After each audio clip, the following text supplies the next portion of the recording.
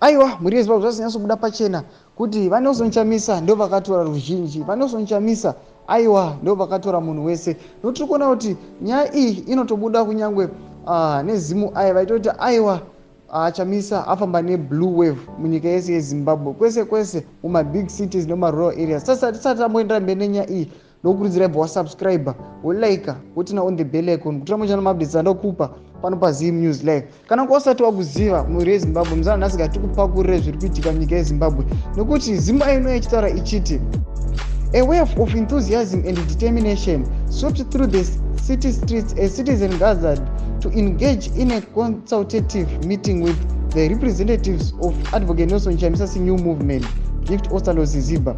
The atmosphere was electric as Ziziba articulated the agenda of the alternative, initiating hope and optimism amongst the attendances.